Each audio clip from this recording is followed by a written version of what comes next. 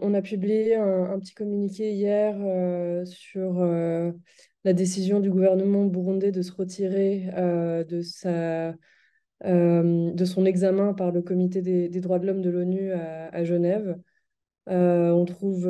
cette décision absolument déplorable. Elle témoigne du manque de volonté des autorités burundaises de coopérer de manière constructive avec les mécanismes onusiens, notamment ceux qui sont chargés d'examiner les droits de l'homme au Burundi. Il faut noter que le Burundi refuse toujours de coopérer avec le rapporteur spécial sur le Burundi, a fermé le bureau des Nations Unies pour les droits de l'homme qui était au Burundi en 2019. Et enfin, ce qu'on trouve aussi particulièrement préoccupant, c'est que le gouvernement continue d'utiliser cette condamnation contre 12 défenseurs et journalistes en exil, qui a eu lieu à la suite d'un procès entaché d'irrégularités, notamment le fait que les défenseurs et journalistes en question n'étaient pas au courant de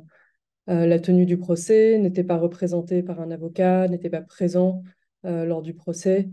Donc on appelle aussi les autorités à abandonner cette condamnation que l'on considère abusive et à mettre en œuvre des réformes réelles pour ouvrir l'espace à la société civile et aux médias au Burundi. Bon, ça montre clairement que les promesses de réforme que l'on a entendues, notamment de la part du président Ndayishimiye, ne sont pas mises en œuvre en pratique. Et donc, comme ces promesses de réforme sont aussi liées au rapprochement que l'on a entre la communauté internationale et notamment les bailleurs de fonds comme l'Union européenne, cela pourrait aussi avoir des conséquences sur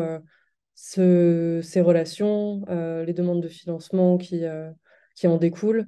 Et donc, c'est pour ça qu'on appelle aussi les partenaires de rester fermes dans leur soutien pour la société civile et les journalistes burundais